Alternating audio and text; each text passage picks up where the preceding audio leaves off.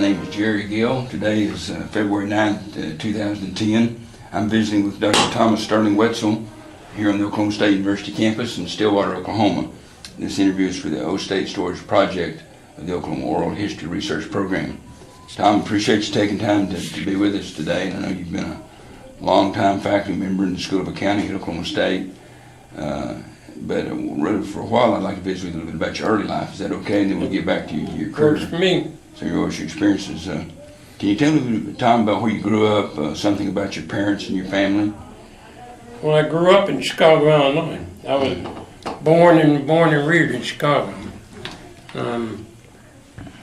Mother and father, an older sister, and an older brother, and I'm the youngest of 3 children. My father was a tobacco salesperson, and my mother was a social worker. All 3 of our kids went to, well, my mother got her degrees from University of Chicago, and all 3 of us went to college and got degrees. My sister has a bachelor's degree, my brother has a bachelor's and a master's degree, and he's a retired Episcopalian priest. And then I got 3 degrees, a bachelor's, a master's, and a PhD. So the parents can rest peacefully knowing that we should be productive citizens anyway. Now you told me about your brother. Did you have any other brothers or sisters? Yes. What was the family again? Now you had how many brothers? How many I have an older sister that got a degree in chemistry, I believe it is. My brother got a degree in English, and he's a priest, so he got a master's in divinity, and then me, the 3 of us. Now, obviously education was valued in your family. Very important. Where did that come from? My mother's side of the family. My grandfather on my mother's side was an MD. Okay. My grandmother on my mother's side was the first black woman to graduate from Northwestern University's dental school. So she had her office in the sun parlor of my mother's home. So she was a dentist? She was a dentist. And then her husband was a medical doctor. Interesting. So during the Depression, my mother said there used to be bread lines outside her house because her father would feed people. So we were never, this is a little story that my sister and brother and I always tell. We were never asked if we wanted to go to college. It was just understood in our house.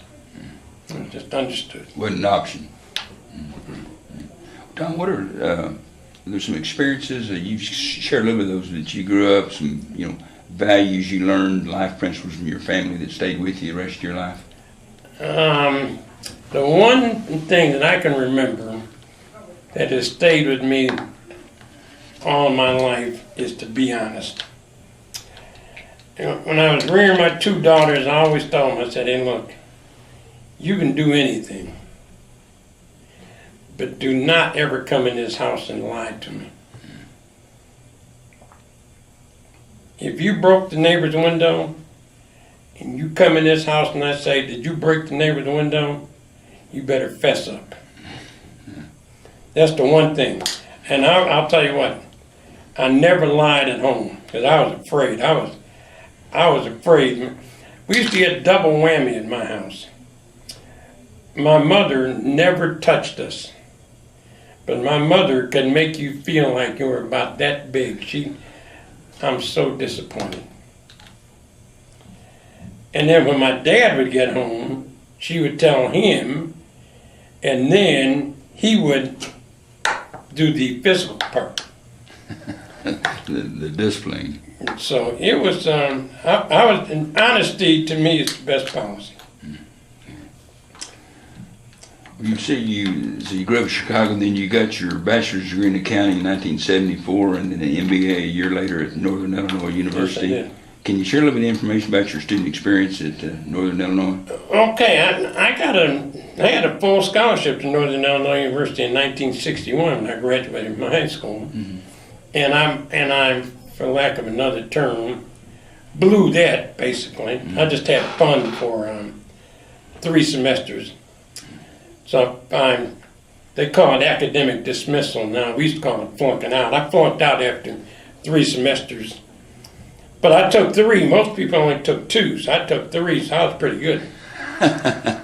And then I just kind of became a bum, a frat bum and all that kind of stuff. And the best thing that ever happened to me was in May of 1966, I had to take a physical for the draft, because the draft, it's not the draft then. And this lady at the draft board said, "Oh, you'll be drafted here shortly." And I was taking some courses in junior college to try to avoid the draft. And the lady said, "I don't care, your class has graduated." And she was right, because my class graduated in 65. So I got drafted June 13th, 1966. And went in July 20th, 1966. And that's when I grew up. That's when I became a real man. I was very irresponsible. A party was more important than doing anything. And I'd held a few jobs here and there, but nothing very responsible. But in the military, I kind of realized this is a place that you can't quit.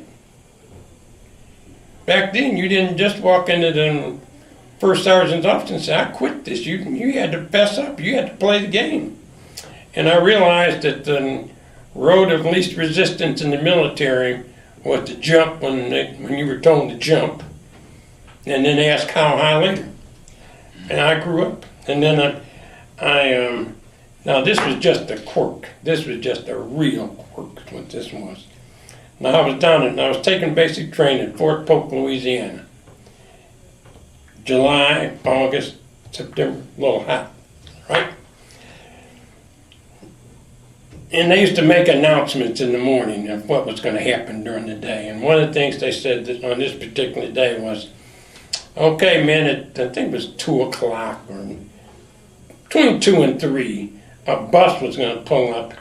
And if you wanted to take the OCS qualifying exam, you could get on that bus and go take the exam." Which was the officer qualifying school? Yep, yeah. Officer candidate school. Officer candidate school. Mm-hmm. So, and I hadn't planned to do this, but we were in these pits and it was hot. And he had sawdust all over us and all that. And I saw that bus pull up and I said, "Well, I'm just going to take that bus to get in the air conditioning and get out of this mess, you know."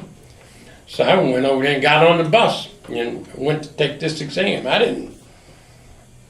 really wasn't concerned. So about a week later, my company commander, Captain Hammond M. Sally, I'll never forget him, called me in his office and he says, he sits me down on the couch and we have a casual conversation. He says, "Private Wetzel, you know you got the highest score on the officer candidate school exam in the brigade. You got the highest score in the entire brigade." I said, "Thank you." He said, "So you got to go to officer candidate school." I said, "No, I don't think so.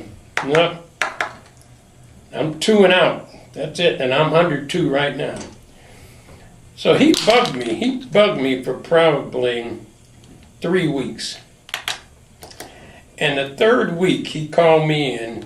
I was really impressed with what he had done. He'd done a background check on my family and all that. And he said, "Well, you know, Thomas," he said, "it looks to me like you come from pretty first-class roots."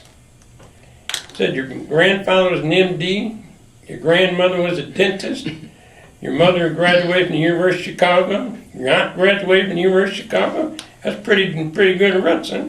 And I said, "You are correct." He said, "So why do you want to be a private the rest of your life when you can be an officer?"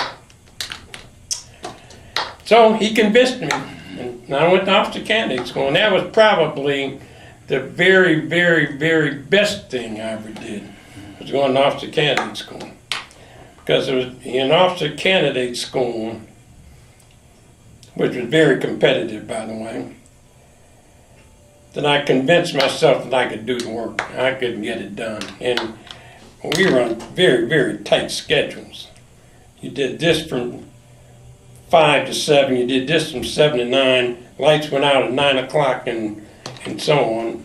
And I was almost a distinguished military graduate, except for my gunnery grades, but we'll discuss that later. But that's where I kind of figured out, maybe I'm not stupid after all. I mean, I kind of felt like I was kind of dumb after I flunked out of school, and my buddies kept moving, and here I was, and I'm making much progress. And that's where I kind of got the urge. And then when I got out of the military, my goal was to go back to college. That was it. I'd made a promise to my mother I was finishing college, at least getting a bachelor's degree. And I just reapplied at Northern Illinois University and got accepted. And I just treated school like a job. I said, well, if you can work 8 hours a day, you can treat school like that. So if I had 3 classes in a day, then I owed myself 5 hours of study at a minimum. And I sometimes work overtime, say maybe 6 hours, something like that. And that's what I did all the way through my career. And I finished my undergraduate degree. Very proud of the fact that I ended up with almost a 2.8 GPA, starting off with a 1.8. I had a 3.67 my last 60 hours. And then I went to graduate school only because I had GI Bill. Back then you had the GI Bill for a certain number of months. So I got my master's degree on the GI Bill. And then I was ready to go back to work. And one of my mentors, a fellow named Donnelly Kiso, who has written the most popular selling intermediate accounting textbook for the last 30 years, told me I was not going back to work, that I was going to work for him. I was going to teach for him because he was the department head at that point in Northern Illinois. So I told him I'll give you a minimum of 2, maximum of 3 years, and then I'm working on a PhD. And unbeknownst to me, he was good friends with Wilton Anderson here at OSU. He was head of the accounting school of accounting at OSU. Yes. So, yeah. Tom, let me back a minute. So when you finished your bachelor's degree, that was in accounting, correct? Yes. Okay. 2 questions. One, where did your interest in accounting come from? Is there someone in the family? You know, that's a good question. When I graduated from high school, my high school advisor said, Thomas, you should major in either mathematics, architecture, or accounting. Those are the 3 things she said I should concentrate on. And during a couple of the summers in Chicago, I went to summer school. And in going to summer school, I used to take classes I was good in. So I had 5 years of English, because I took English in summer school. I had 5 years of math, and I took math in summer school. So I was kind of tired of those courses. So when I started college back then, I don't know if you remember, back in the 60s, you declared a major when you got on campus. And that's what we had to do. So I'm on this long line, and then there's a nice lady sitting there, and she says, oh, Mr. Wetzel, how are you today? And all that stuff. And what do you want to major in? I said, so I had ruled out math and ruled out English. So I said, oh, architecture. And she said, oh, we don't have architecture here, because Northern Illinois used to be one of the normal schools. It was in teachers' college, basically. They didn't have architecture. Well, I saw this table over here, it said accounting. So I said, oh, I'll just major in accounting. I had no idea what it was. I really didn't. When I was in high school, only the dum-dums took bookkeeping and stenography and all that. And so I couldn't take I was an honor student in high school, so I couldn't take any of that. So I didn't know. I just said, accounting. That was it. That's the honest to God truth. And That's all I knew. She just said architecture, accounting, or math, and that's where I ended up. So, Tom, a second question then. You'd assume in your normal career track you'd do a master's in accounting, but you do an MBA. Why MBA?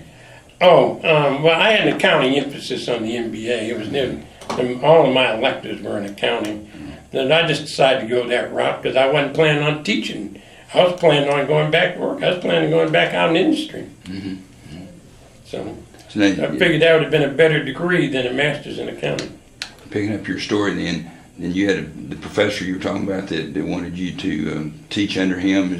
Then were you like a graduate teaching assistant then? Yes, I was. And then when I taught for that 2 years for him, I was like an adjunct instructor. And that was in 76? 76 and 77. Okay.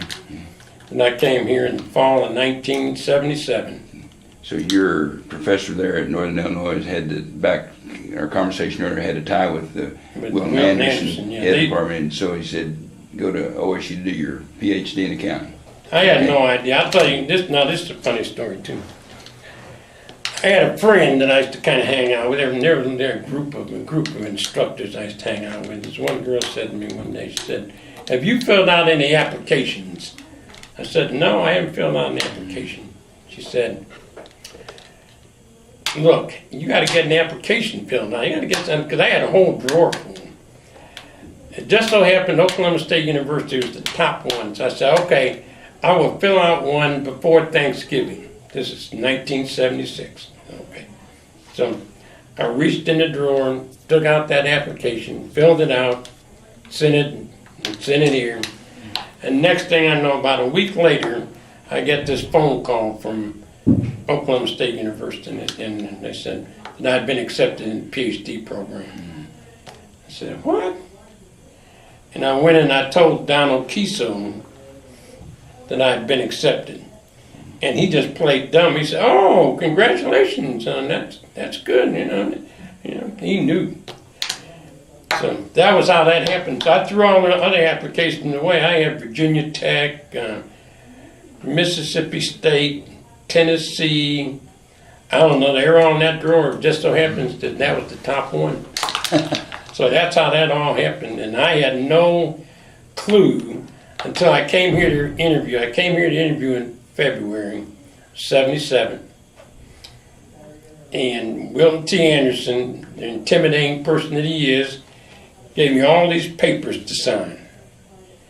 And I didn't even read them. I just signed them.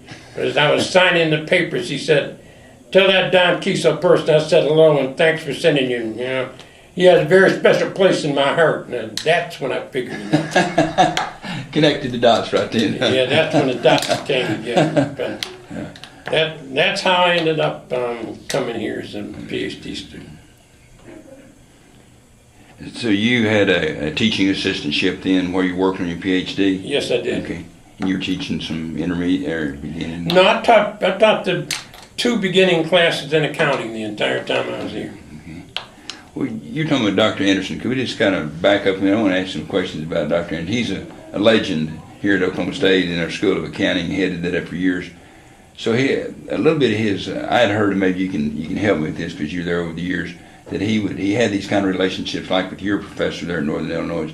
He had people that would there's 2 ways he did it. They'd send him some of their brightest students to do the PhD here, or he would kind of grow his own here at OSU and do the masters, or maybe the bachelor's and masters here, send them out there where they'd get a doctorate and then return back for the faculty. That's kind of the way he built up his faculty. Yeah, he had that relationship with Michigan State, University of Southern Mississippi. Those are the 2 strongest ones I can think of. Those 2 for sure. Now, this was when you were there. This would have been a little bit later in Dr. Anderson's career. Was he still teaching the introduction? Yes, he was. Yes. Now, yes. I'd heard that he insisted on teaching those himself because he wanted them to learn accounting. Well, and he wanted to pick out good students. He used to literally buy students into the program. He'd take them to lunch and bribe them. And offer them a scholarship? Yeah. Mm-hmm. So you're saying then he wanted to teach it for 2 reasons. One is because he wanted to be sure they learned accounting correctly from the beginning. And then two, he wanted to identify the outstanding students so he could recruit them. That's it. Because a lot of those weren't necessarily at that time Counting majors. accounting majors. Yep. Maybe they were finance or something else, general Yep. business. Huh. That was his ploy. But he's the most intimidating person I've ever encountered. He is intimidating. To this day, he still intimidates me. Even though he's a jokester, he still intimidates me. Did you have any classes under Dr. Anderson? No, I didn't. Because he only taught the principal's class. That's it. He never taught any of the other classes. Interesting. What do you have some favorite Andy Anderson stories? I mean, you've heard a lot of you got to have some good ones on him. The best one I can come up with is, okay, my wife and I got married over Christmas in 1979. And generally, during the summer, Andy would give the PhD students $500. Well, I went in and asked him if I could get that $500 6 months in advance because I was getting married when I went home. And he said, oh, fine, that's fine. So he gave me that money before I left and went home for Christmas. Now, this is back in 1979. Now, Andy is in Sterling House or one of those places now. Kind of going through the Alzheimer's thing. And I went to visit him with, 4 other professors, and I went over to visit Andy. And he was, he remembered Lanny, and he remembered Jim Boatsman, and so forth. And he looks at me, and he says, how's that wife of yours doing? She's got a heavy burden to carry. Now, how did he remember that? And he just laughed. He thought that was the funniest thing in the world. That's all he said. She has a heavy burden to carry. But that's basically, the other thing about Andy is that I thought was kind of unique is the world to him was very black and white. He either liked you or he didn't like you. There was no in between. I have seen him go into a crowd, we'll say of 5 people, and shake 4 of them's hands and skip one of them. Wow. And to him, that's the way life was. Either you were okay or you weren't okay, and that's it. So it's always good to be on his good side. He recruited stars, didn't he? And it's who he wanted to be associated with. Oh, yeah. Well, Tom, you indirectly alluded to it, but in your opinion, how strong an influence was he on the School of Accounting? He is the School of Accounting. They ought to name the School of Accounting. They ought to name the School of Accounting the Wilton T. Anderson School of Accounting, as far as I'm concerned. What did he do to, in your opinion, to deserve to have the school named after him? He put it on the map. It was to nothing when he got here.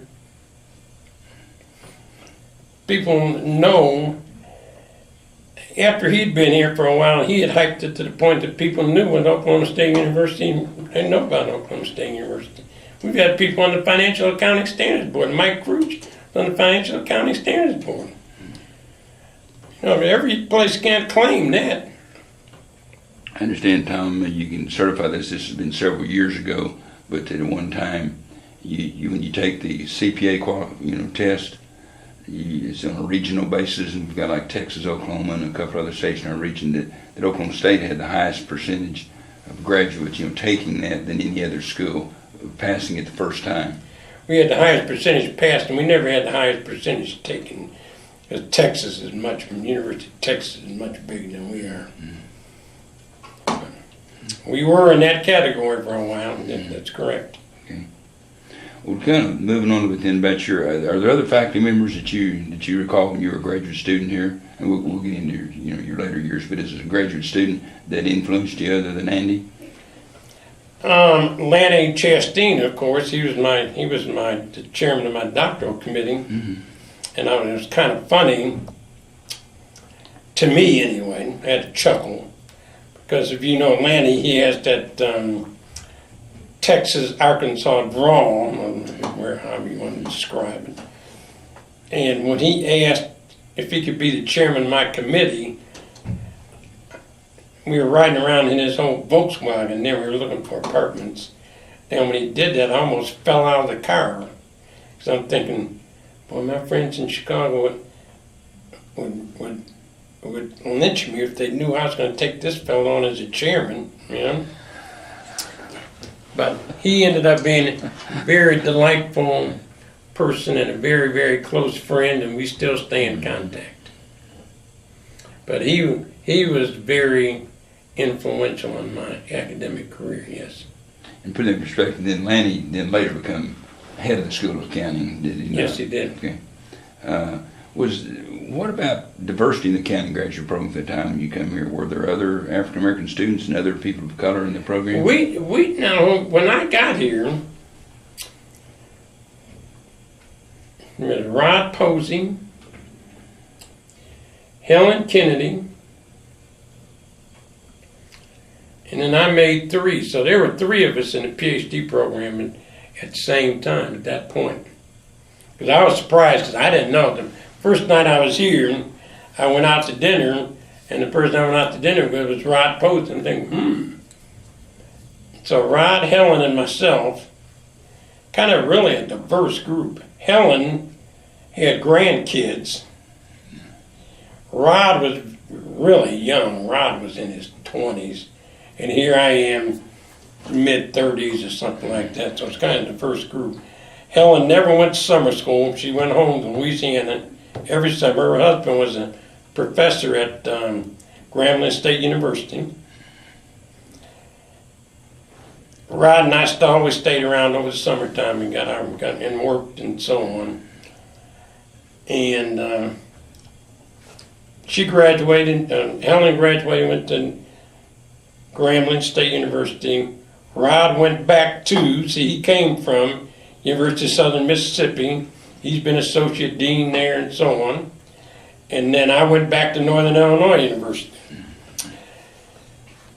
Then we kind of had a dry spell, and then when I came back in '86, I guess they started that PhD project in about '88 or '89, maybe '90, and we've had quite a few go through since then. But the thing we don't have is we don't have minority faculty. I'm the first and only African American professor in School of Accounting and the School of Business. In the whole school? The whole school, yeah. Well, there have never been any other professors, black or African American, whatever the popular term is. I'm the first and only, and I'm a full professor. I'm the third, if I have my facts right, I'm the third full professor of color at Oklahoma State University. Earl Mitchell was first, Pat Bell was second, and I was third. Well, Tom, going back to kind of your undergraduate experience, was the 3 of you together, you're sort of the 3 amigos there, I guess, but was it a positive influence? I mean, a positive atmosphere or environment for you at that time, and did you feel comfortable? When I was a PhD student? Oh yeah, it wasn't, we had quite a mixture. Andy did a good job of evaluating students, and he didn't let age or any of that stuff get in the way. So we had a very diverse group. We had, like I said, Helen Kennedy was a grandmother, and we went all the way down to Rod, like I said, Rod being in his mid-20s. So we had them all sprinkled in between there. So we had a diverse group. And they were from everywhere: Mississippi, Alabama, Illinois, England. Jim Hall's from England. Mississippi, Virginia. We had a broad base, and it was a close-knit group. Well, then, the 70s time was a time of change on the campus here at Oklahoma State, across the country, social unrest, etc. Did you participate or witness any of that here? No, I didn't. I didn't. That was when we had all the Iranian stuff and so forth. I came here with one thing in mind: to get my PhD, and I didn't vary from that. No. The only outside activity I had was I went to football games, went to basketball games. That was it. Nothing else. None of those social activities. I didn't participate with my fraternity. I didn't do anything else. That was it. School of Accounting, classes, and that was it. Yeah. You earned your PhD in 1980. 1980. With Tom, this is interesting, with a minor in higher education administration. That's an interesting combination. What interested you about higher education, and why did you think that'd help you? Well, Lanny kind of convinced me to do that. When I was at Northern Illinois University, I was Don Kiso's assistant chairman. That's how he and I got to really be close. Don, how do you spell Kiso's? I say Kieso. Okay. He was the chairman, and they appointed me the assistant. And it was during the time when he was writing a new edition of his textbook. So I just told him, I said, I'll cover for him. I'll cover him. You write, I'll cover.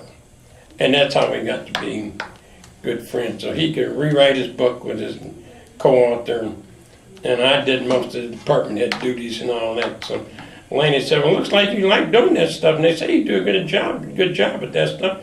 Maybe you ought to take some higher ed classes. And higher ed was right across the street then. It was in Gunderson. It was right across the business building then. So that was how that happened.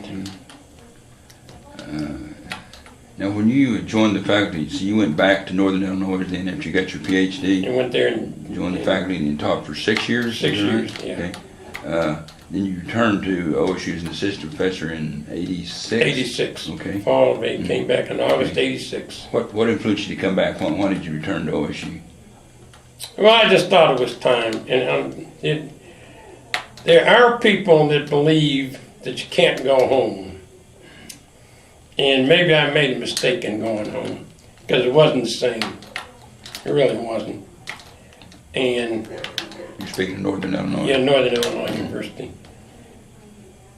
And at that point, we had 2 kids, but neither one of them was in school. One of them was 3, and the other one was 6 months or whatever. And I had a neighbor on the end of the block. I lived on a cul-de-sac, and the fellow on the end of the block was an old education professor. Wes Schmidt was his name. He was like the father of the block. So he caught me one day and he said, hey, somebody told me you had an opportunity to move. I said, yeah, I got an opportunity. I just haven't pulled the trigger. He said, well, you got to pull the trigger. You got to go. He said, that oldest of yours has never met a stranger. The youngest was only about 3-4 months old. So you aren't harming any of their schools. If you're going to move, this is the time to move. And that's an opportunity. You got to take that. So that was what kind of influenced me. And then, because I held off for a long time. And then I just said, well, got to go. So. Who was the department head at that time that was extending the offer to you? Jim Boatsman. Okay. Jim was there a couple of years, wasn't he, in the interim? No, he took over when Andy retired. Jim Boatsman took over. Okay. And then when I came back in the fall of '86, Jim took off for Arizona State. And then is that when Lanny then then Lanny took over as interim. Okay. And then he took over as chair. Okay. Guess I gave you some sense of comfort that Lanny was the head of the school, having worked under as your senior At professor. first, but that ended quickly, I'll tell you. Okay. All right. We had a few run-ins when he was chairperson, I'll tell you. Okay. What do you remember about Lanny? For how many years? He was a long time department head. What do you? The one thing I remember about him as chairperson, he used to really rub me the wrong way, is you could go into his office and discuss something with him, and he'd say, "Well, Andy wouldn't do that."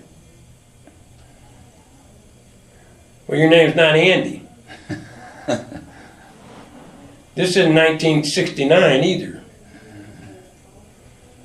Andy wouldn't do that. That used to really frustrate me.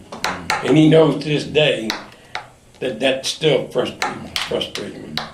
You alluded to you had some run-ins. Anything you care to difference? Oh no, that was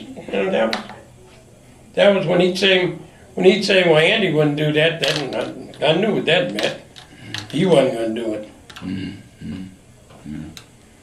Any favorite Lanny Chastain stories?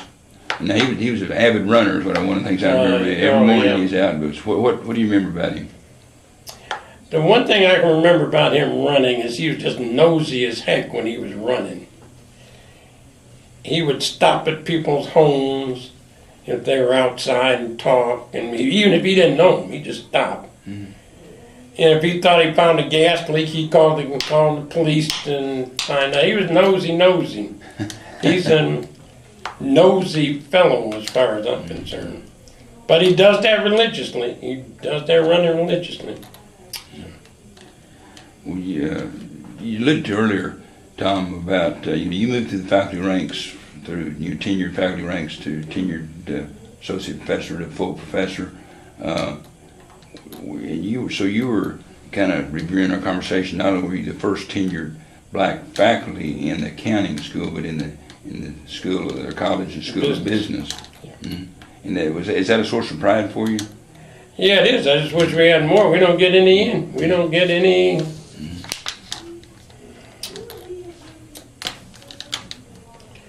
We've interviewed a couple, and management's interviewed a couple, but it's hard to get.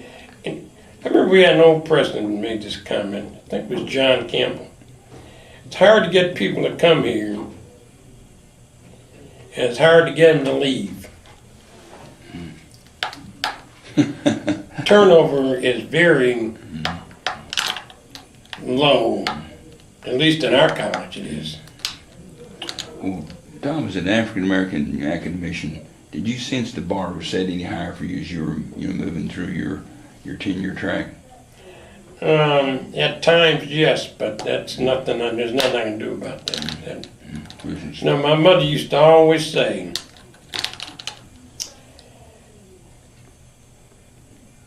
Caucasians make us better because they do set the bar higher.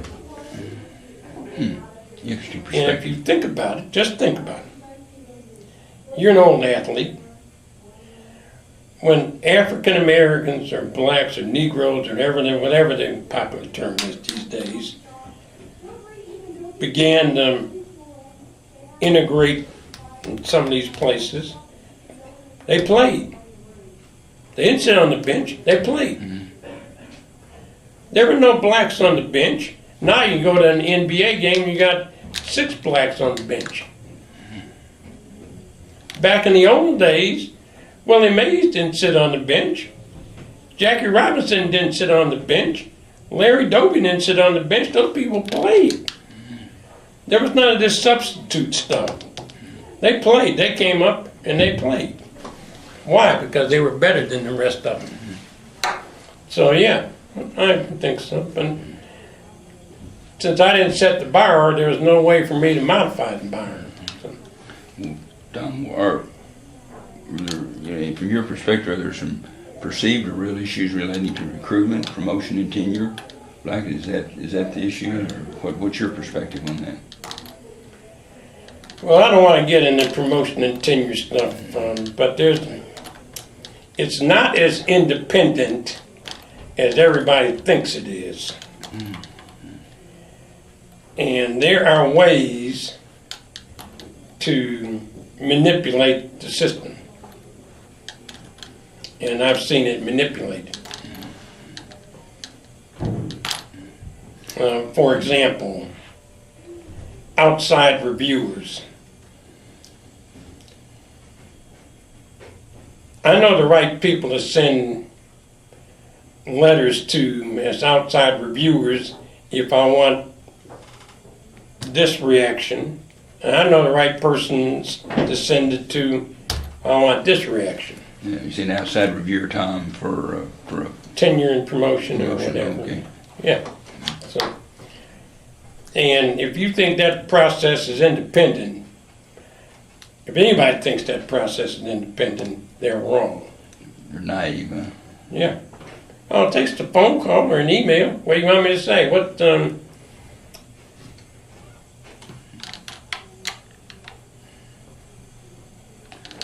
what, in your opinion, what diversity issues, if any, have the university made some progress on from the time you first came here to now in your tenure? Oh, faculty for sure. Black faculty and staff is much larger than it used to be. Much larger. More faculty. Now, staff I can't speak to. But there seem to be many more black faculty. Now, I don't know the status, but I think there are more black faculty than we've had. But in defense, and then maybe I'm making an excuse for the university now, but this is not a place for a young person of color to come and have a social life. If you're 29 years old or 30 years old and single, you don't want to live in Stillwater, Oklahoma. At least I wouldn't. I'd want to live in Louisville or Atlanta or Chicago or someplace like that. What are you going to do in Stillwater on the weekend? So the social life is not conducive to meeting people. And particularly if you want to meet someone of color. And of your age area. Okay. So I think to me, that's the biggest culprit about this place. That's the biggest. I'm surprised when we get people in their 30s coming in. I just saw a girl that works in the library that's in her 30s, and I'm surprised she came. Well, Tom, change subjects a little bit. What classes have you taught through the years? And what's your favorite classes? Principles 1 and 2, Intermediate 1, Intermediate 2, Auditing, and Advanced Auditing. Favorite class I've ever taught is Advanced Auditing, my graduate Advanced Auditing class. That's my favorite class. Tom, I got to challenge you a little bit because I noticed in your resume it appears that you have a special interest in auditing from organizations, presentations you've made, articles that you've written, classes you've taught. Why auditing? I mean, some people don't have a real high opinion of auditors.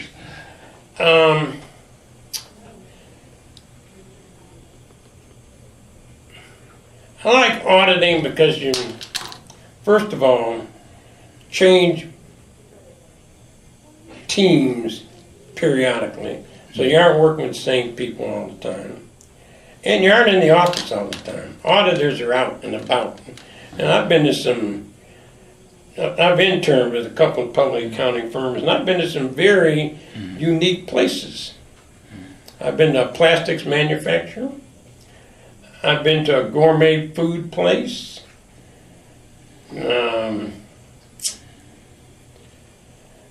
What else? I'm just trying to highlight some stuff. I've been in some situations where basically what the client has given us is 2 shopping bags, one with all the checks and one with all the receipts, and we were supposed to audit that firm. So it's been fun. It's a fun thing, and I like the challenge of auditing as opposed to sitting in one office every day doing property, plant, and equipment or something like that. So that's So your two bags would be more like forensic accounting and go back and make almost. Tom, let me brag on you just a little bit. You've been very active in the Professional Accounting Society, Beta Alpha Psi, throughout your career, and you ultimately served as president Yes, of sir. the organization, national president, which is impressive. This is a signal honor. But so how does it feel to have been honored by your national association like that? It was quite, and I was kind of choked up when first of all, when I got the phone call asking me if I was willing to accept the position, I was kind of choked up. But when I took over the reins in Hawaii, and I didn't think it would be as difficult to accept and make a little presentation as it turned out, but it was very difficult. And there are 1,000 people sitting in that room, students and colleagues, and you have to say something that makes sense and so on. So it was kind of strange, but I enjoyed it. I spent probably 12 years of my career with Beta Alpha Psi, the National Beta Alpha Psi. My choice. Probably could have made full professor before that if I concentrated more on research, but that's what I like doing. So. Well, some of you obviously, Tom, through your career enjoyed is athletics. You served on OSU's Athletic Council and the Sports Committee, the Faculty Council. From these collective experiences, you must have a unique perspective, Tom, on intercollegiate athletics and the student-athlete concept. Can you share your philosophy, your thoughts on value or lack of value of intercollegiate athletics? Okay.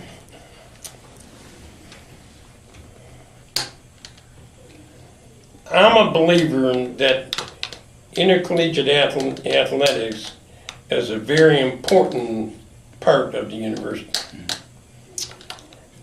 I don't think this separate element, it's a part of the university. If I can use this term, maybe I can say intercollegiate athletics is the front porch of the university. Now, some people don't like that. There's nothing I can do about it. Now I'll compare us to Notre Dame. What makes Notre Dame so popular? Notre Dame football. I didn't say Notre Dame accounting. I didn't say Notre Dame School of Law. I didn't say Notre Dame's English department. It's Notre Dame football. That's how Notre Dame made its reputation, with football. And other schools have copied that model. The important thing when it comes to athletics, as far as I'm concerned, is integrity. And that's where we lose out sometimes. Now, people think that athletes are dum-dums. Hey, look, if a kid can get a playbook from a coach, a defensive coach or an offensive coach, and that kid can remember what to do on the field of play based on what's in that book, that kid is not stupid. That kid's lazy. There's a difference. And I think some schools have done a better job of educating athletes than others. And so I think it's a very important element in the university. It's been proven that contributions go up when you win. Well, Tom, have there been some OSU sports highlights that you look back on and think about, some success stories of student athletes? No, the highlight to me is Barry Sanders winning the Heisman Trophy. I saw every game that year, and that's the highlight to me. That was the... You used the I word there, integrity, earlier, Tom. Have there been some special challenges or issues at OSU over the years, particularly? Oh, there's one that will never live down. That's the, you know what that is, the Dexter Manley thing. We'll never live that down. And there's no way I would think that's the reason we don't have a Phi Beta Kappa chapter today, is the Dexter Manley issue. That's just my opinion. It's sad but true. And the sad part is, this has happened at other universities, but they've kept it covered. Those universities have kept it covered up. Tom, you've been recognized numerous times for teaching excellence and received several awards for teaching student advisement, including Mortarboard's Outstanding Teacher Award twice, and the OSU Award of Excellence for Advisement. Can you share your philosophy about teaching and why you enjoy working with students so much? Well, that's why I'm here. My number one objective as a professor is to educate students and impart knowledge. So I take that task very seriously. When it comes to advising students, that all came from working at Northern Illinois University when I was Don Kiso's assistant chairman, because I advised all the students at that point. So I feel very comfortable doing that. And some students just need guidance. They just need a little understanding of some things, and then they can move on. But you know, unfortunately, in most universities, the order of importance when it comes to tenure and promotion is research. Now we go research, teaching, and something else. But we're here to educate students, number one. But of course, research takes the top bill. So I understand the game. And the game is you got to get your research done, even though teaching may be your emphasis. Have you had some students that you've mentored, that you've taught through the years that are special to you that you can recall? Oh yeah, I've had a few. I have some that have a very special place in my heart. Yeah, I've had a couple of those. Yeah, probably no more than 10, but I've been doing this since 1976. And yeah, 75. Yeah, 75. So that's a long time. But I have a few that I'd jump off a building for. You get calls from some of those students, occasionally letters and. Oh yeah, still stay in contact with some of them. Yeah. Well, Tom, you for several years, you work with student organizations, you in student advisement work. What has been the primary satisfaction that you've derived from that? Because you've had to take time away from, as you said, from research or other scholarly activities to do that. Oh, I just like to see the organization more. Some of these kids want to organize, but they don't have the wherewithal to get organized. And we just, I organized what's now the Black Student Organization in the School of Business, which has changed names a few times. And I helped reorganize my fraternity on campus. And it's just nice to see those kids start functioning as units. And you see them grow. You watch them. When you first start, everybody's kind of standoffish, and then you just kind of watch them grow, and then they get a personality. That organization gets a personality, and then that's fine. And I made some good friends there, too. Tom, speaking of organizations, you're an active member of the Black Faculty and Staff Association, having served, I think, as a board member and past president of that organization. What is the role of the association, and what are its goals? The role is to just kind of keep everybody informed. We're such a small group that it's hard to keep everybody informed. So I would say our meetings are more informational type things. So, keep people informed and to oversee the, whatever the proper term is, I don't know what it is, black students or whatever, or just kind of oversee black students and help them when necessary and so on. Have you all discussed recruitment and tenure issues for black faculty, for example?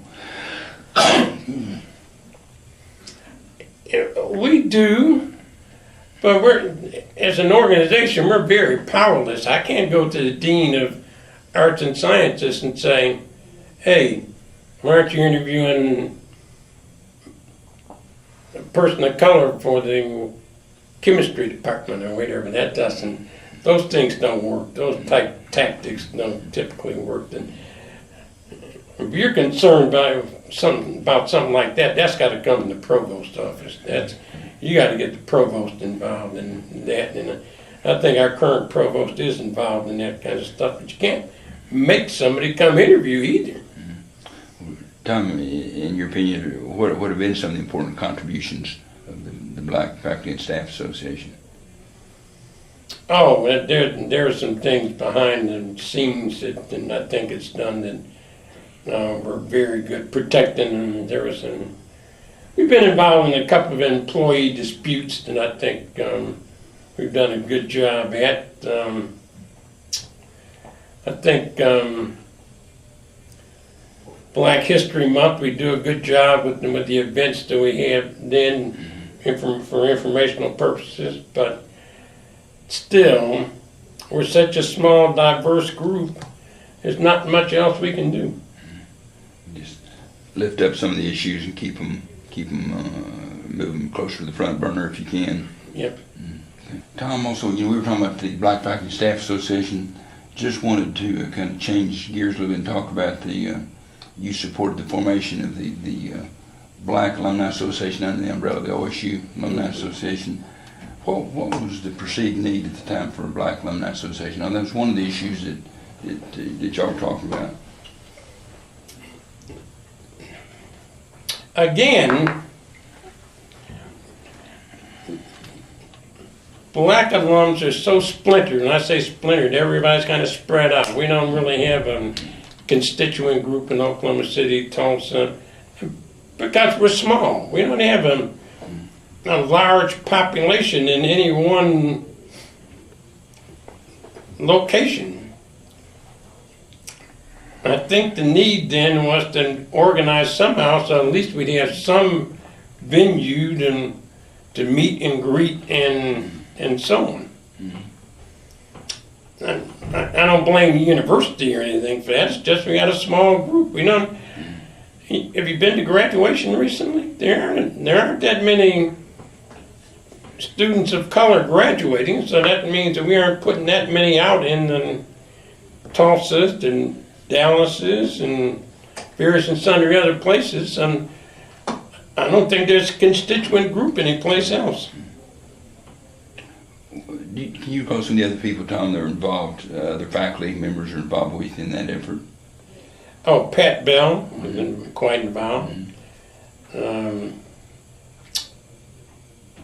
That's the one. She was really kind of the ringleader, I would say, along with another person. I can't think of her name. No, she's down in Mississippi. But those two, but the faculty, she wasn't a faculty member. Pat Bell was a faculty member. Those two kind of led the charge for that, and then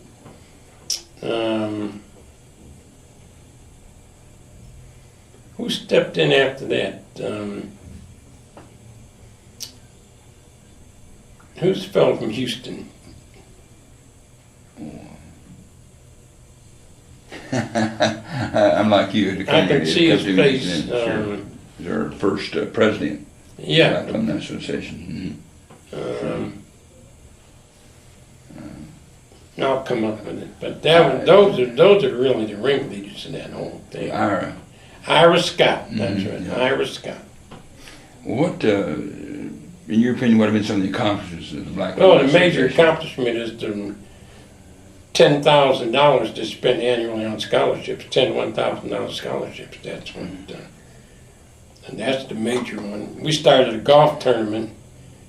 This was Sam Combs. Now Sam Combs was president. We started a golf tournament. I think we had 12 people. I think we had 12 people play the first time. Now we fill all 18 tee boxes. And Sam was a major reason for that Oh happening, yeah, wasn't he? that was Sam Combs pushing for that. Now people look forward to the tournament. So they had the tournament, they have every other year they had a reunion with homecoming and scholarship development and get together and communicate. Yep. The Spear School of Business is currently searching for a dean. It's either searching for or has one. I think a name has been announced. Okay, had not heard that. Can you share some insights about some of the deans you served under, Tom? Best dean I ever served under was the person that just resigned, Sarah Friedman. She's the first, I told her this, she's the first dean I've ever had in the School of Business that figured out where the 4th floor happened to be. The dean's office is on the 2nd floor. Most deans come in, go to the 2nd floor, and never leave the 2nd floor. She knew everybody, she knows everybody in that building, faculty and staff, is cordial to them. She'll come to your office as opposed to her calling you down to her office. Very competent lady, very competent person. Sorry to see her step down. Comments on any of the other deans, Tom?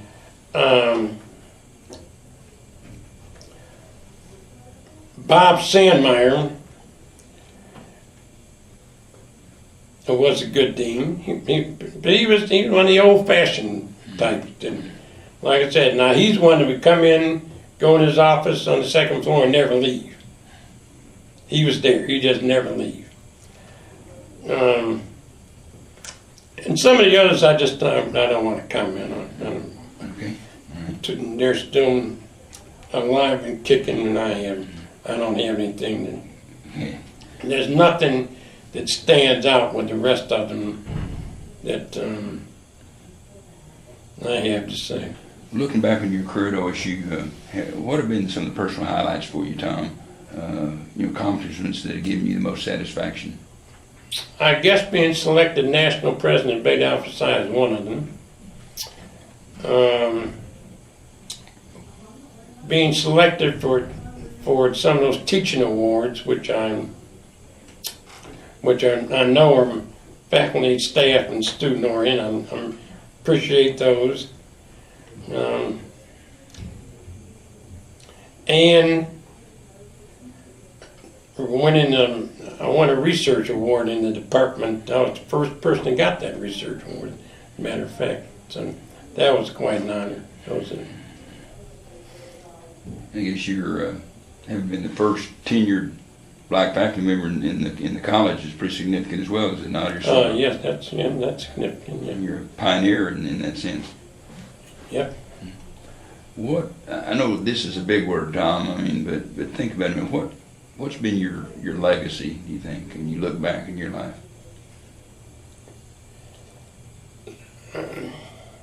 I would hope my legacy would be that Dr. Wetzel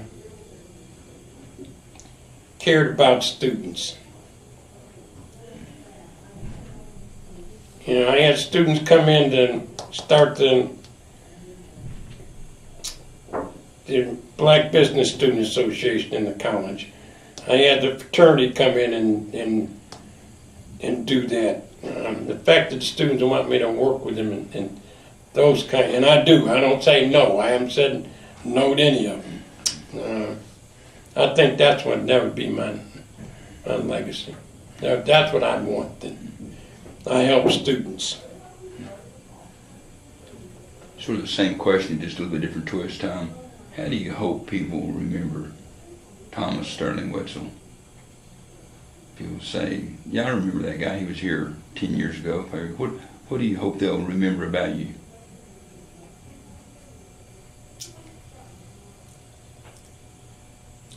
That he was active, I participate in a number of things on this campus. Kind of slowed down now, but I've been involved in quite a few things. So, and I don't want to say I'm an activist or whatever, but I participated in quite a few things. So that's what I'd like for someone to say. And that he was fair. It's important to me. And that he was also truthful.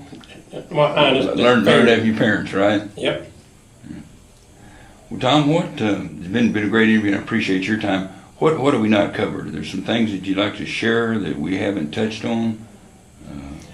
I'll just say this. The Stillwater community has been very good to my family. Both of my kids were reared in Stillwater, even though they were born in Illinois. Went through schools in Stillwater and have been very successful, and now they've completed school and have moved on. And I'm very satisfied with the school system in Stillwater and the people that we have met through the school system and through the university also. So I think it's a nice community. I really do. Quickly, Tom, tell me about your kids. Where are they now? My oldest is a second-year law student at Stanford University, and my youngest is living in Phoenix, Arizona, and working for the school system there. Where did they get their undergraduate degrees? The oldest one got her undergraduate degree at St. Olaf College in Minnesota. Northfield, Minnesota. The youngest one hadn't completed her degree yet. That's great. Tom, appreciate anything else? No, that's it. Thank you.